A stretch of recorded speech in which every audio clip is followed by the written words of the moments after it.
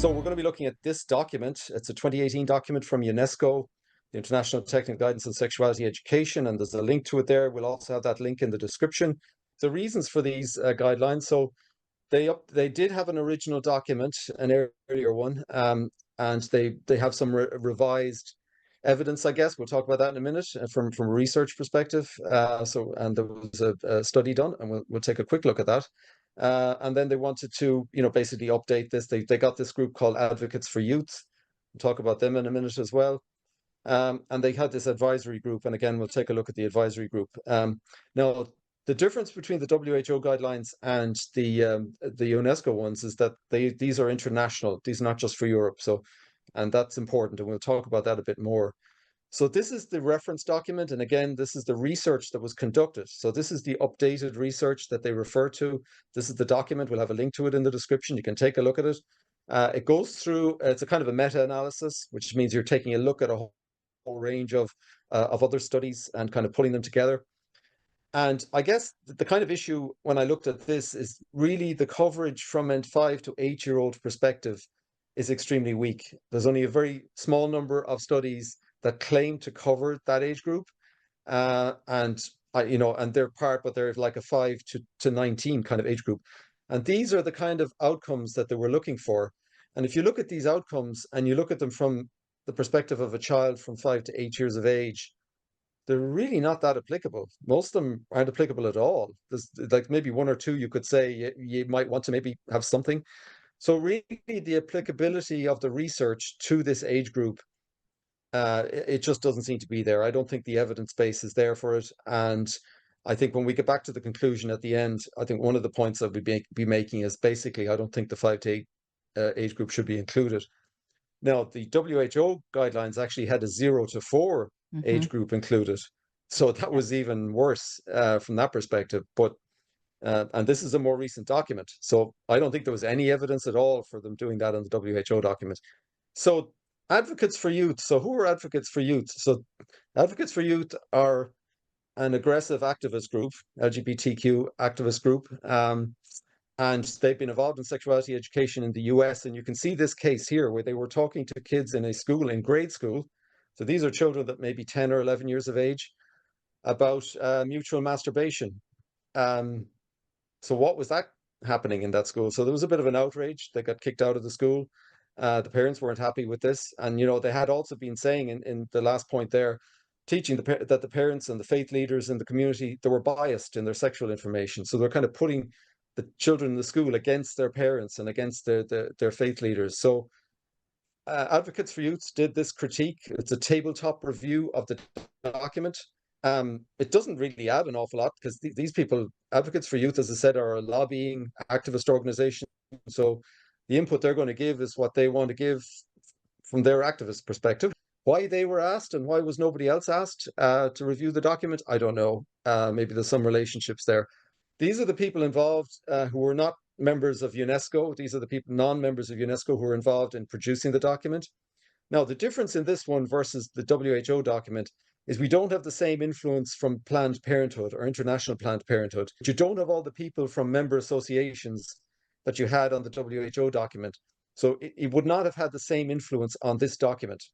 So it brings in additional elements that we didn't have in the WHO document. Things, gender-based violence, which would be more prevalent, for example, in some of the developing countries. You have HIV and AIDS, the whole issue of female genital mutilation. So these are things that were not in the European because they wouldn't really be applicable in normally. So that's on the left-hand side. And then the right-hand side, you've got a lot of the new technology. So the WHO guidelines were developed in 2010. That's when they were released. So in 10 years since, we've got cyberbullying, sexting, etc. All of these new things that are kind of much more prevalent today. You could put TikTok on the list, for example. So this is, these are new things that weren't factored into the original WHO guidelines, but they are factored in here. So these are the sections of the document. It's broken out into these 8 different sections. You're going to have an age group from 5 to 10, or from 5 to 8, I should say, and then from 9 to 12. And that's the first section that we'll look at. And then you'll go from 12 to 15 and from 15 to 18 plus. The two kind of categories we're going to look at from an age group perspective as we walk through the document. So they're grouped kind of differently than the WHO document. I actually preferred the format of the WHO document. It was a bit easier to follow because everything for the one age group was in the one place. So, in the 2 pages, you got everything for the 0 to 4-year-olds. You might have liked what was on it, but it was all there in the one place. This document, you kind of jump across each of these themes and then across each of the age groups. So it's kind of a little bit harder to navigate, but we'll get into it. So you can see the different ones there. We're going to walk through each of these now as we get into it. So the matrix. So effectively, this is and we're going to look at the young age groups first. In general, I don't think the 5 to 8 category makes sense. It just, even if it's not an overly sexual item, it's an item that's just a little bit much for a younger person in that age group. That's kind of the general thoughts. And I welcome your input on it, Jana, from a mother's perspective in terms of, they're just bringing in themes which are just a bit too much for like a 5, 6-year-old, 7-year-old. Yeah, I have a 5-year-old and I have an 8-year-old, so I'll be able to kind of look at it from the Yeah, hat of a mom with that age group. But from what I'm looking on here, this vocabulary and even bringing this into their world would be information they're yeah, not mature enough to handle. I mean, they still age 5 and 8, they still believe in Santa Claus. They still believe we had just yeah, had yeah. Easter Bunny last week. They're living a fantasy world at that age, and this just wouldn't resonate in their young innocent minds. It wouldn't they wouldn't be able to kind of take it on. I think it's a bit too advanced from what I see on this page. I said there is this issue with the 5 to 8 in terms of some of these themes. Now, the particularly egregious one that'll come up in a little while, we'll see it and we'll highlight it as we go through it. Again, you can see the learning objectives. Some of these things are fine. Whether you need to be covering them off as a dedicated sexuality class or SPHE class for a 5 to 8-year-old, I just don't think you do. The way that a child learns at that 5 to 8 bracket is if there's an issue, you just have a chat straight away. So, if a child was being not nice to another child, maybe not sharing or maybe making fun of them, you just pull them aside, have a quick chat. You don't need a full lesson or a full module or pushing it in their face. You kind of address it as and when in real time with the child in a one-to-one. So I would agree. I think it's a bit much to have as a lesson plan or such. This talks about, again, different family structures again. I just don't think this is necessary at this age group, and again, if you need, it's up to parents to deal with it if they need to deal with it for a particular child. I think a general point I'll make about the UNESCO document compared to the WHO document is that it's an awful lot more open to the fact that the children are coming from different backgrounds. And again, that's due to the global nature of the document. And hence it has more respect for the belief systems that those children may have, does appreciate that people are coming from different religious, cultural backgrounds, and their attitudes to different things will hence be different. Now, that doesn't mean the document is perfect, but it's something that doesn't really come out of the WHO document at all. The WHO document is kind of assuming we're all the one, we're all in Europe, and we're all in line. It's just too much here for the younger cohorts getting involved in social media, etc. This is probably one of the slides that's going to trouble people the most, and I just highlighted there. The title of this slide is the giveaway, right? So the social construction of gender. So this is a postmodern construct. So and it's also a queer theory construct, which we talked about in the queer theory video. But this is the language of postmodernism, is the construction, the social construction of gender. It's also the language of Judith Butler, for example. What isn't in this document, and this is reflected in the Irish material, SPHE material and RSE material. What's not in this document is any mention of the term gender dysphoria. It's not in this document, and it's not in the WHO document. You can download them and check them. It doesn't exist in those documents. And there's also no discussion on desistance or any discussion on detransitioning. Those terms are not mentioned in the documents. And they're not in the Irish school texts either. So you can see that they are faithful, actually, in this regard, they are faithful to what is in here. So they're just basically transposing what's in this document and putting it in and putting various diagrams and other things, pictures and stuff like that around it. So this is the ideological view of gender. It's the postmodern view of gender. It's the queer theory view of gender. It's not the view of Dr. Donald O'Shea, of children with gender confusion, which may be caused by a whole manner of other issues. And we did a video about this before Yes. Christmas, and Yes. we talked about it. So just be very clear. You will not find the word gender dysphoria. You will not find the word desistance or detransition in either of these two documents, and you won't find them in the Irish material either.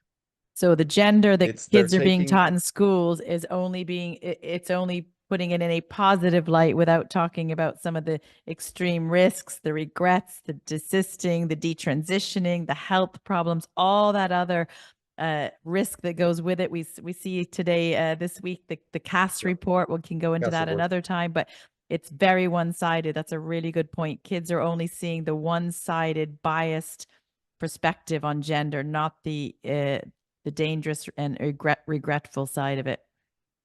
Yeah, it's the postmodern view that your gender is socially constructed. That's the view. And there's no mention of any sort of pathology, no mention that the child may have other comorbidities, maybe suffering from other depression, may have been abused, have other reasons for having confusion over their gender. None of that comes into play. It's the ideology, affirm it, and go down the, transitioning kind of route. That's the, and we can see obviously the CAS report calls out that that is not a valid view.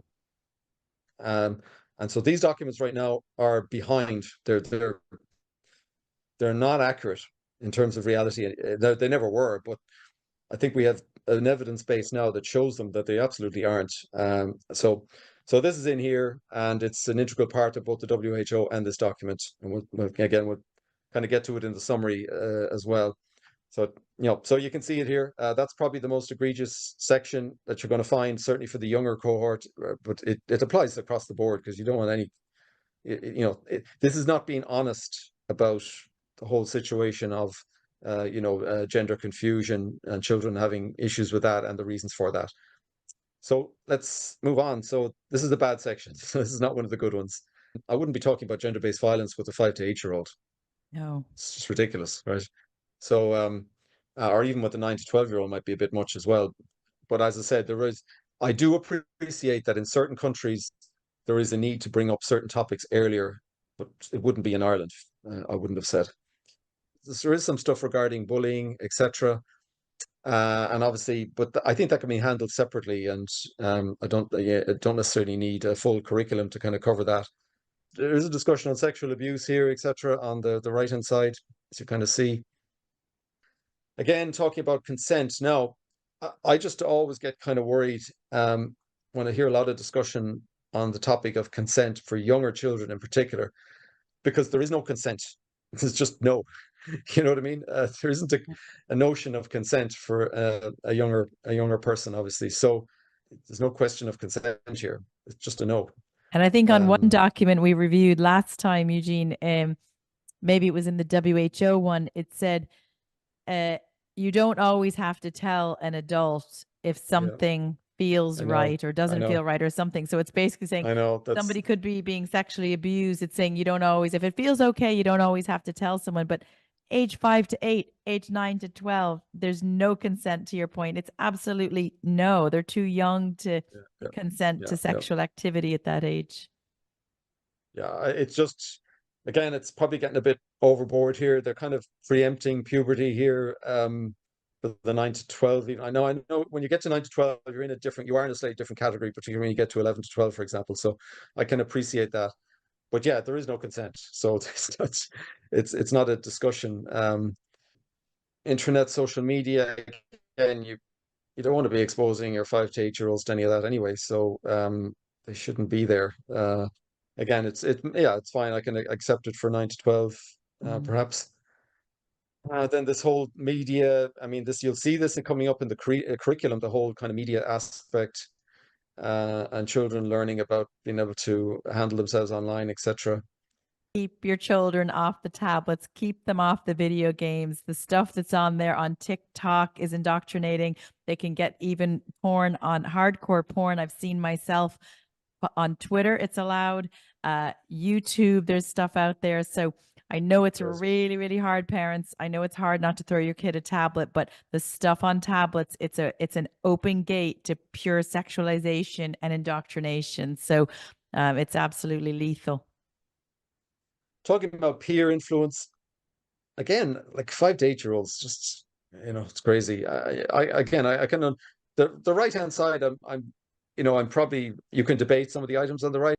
Again, again, talk about reproduction, etc. for that young age group. It's just, And if you have just too soon, an I think. inquisitive 5-year-old, like my little 5-year-old would ask 100 questions if a topic is brought up, and you say, pregnancy begins when the egg and sperm unite and plant in the uterus. Well, how does the sperm get near the egg? And then you have to start talking about intercourse and sex and all of that. And I think for age 5, it's just a little bit too much too early. Now, of course, unless they start, maybe asking, but my children are 5 and 8, and they haven't asked, how a baby's made at this point. They're out playing in the mud and growing vegetables and riding their bicycles. They're not asking how babies are made at this point in time.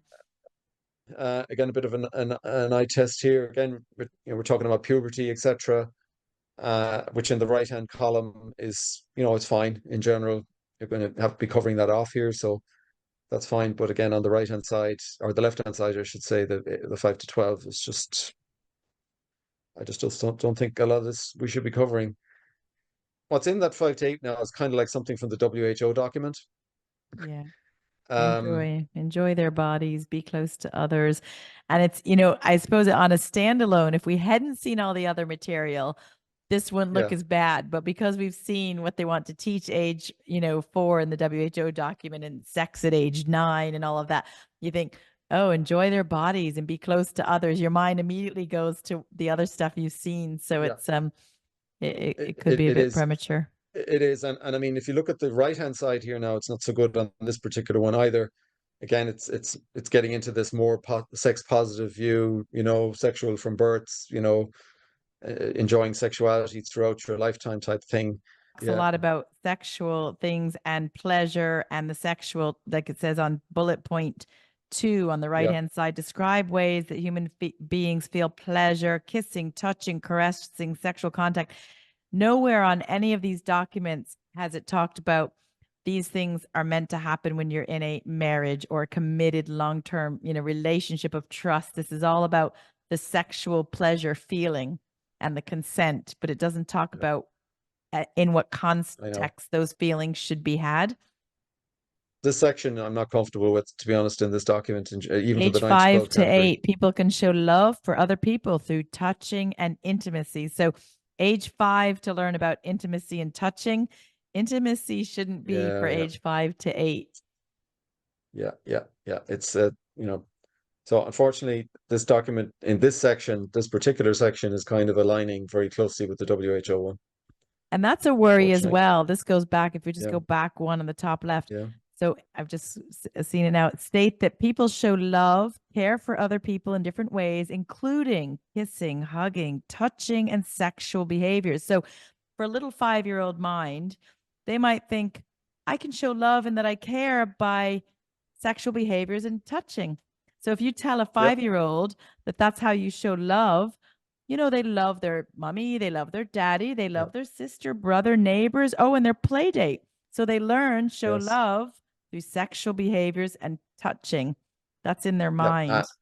It's kind of conflating the relationship, the platonic relationship with a sibling or your Yeah. parents or a good friend or something with the sexual type relationship. Yes.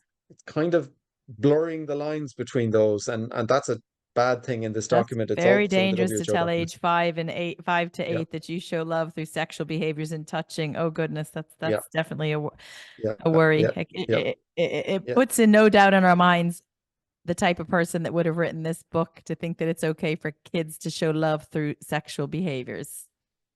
Certainly for the primary school curriculum, given what's in these two documents, is a concern.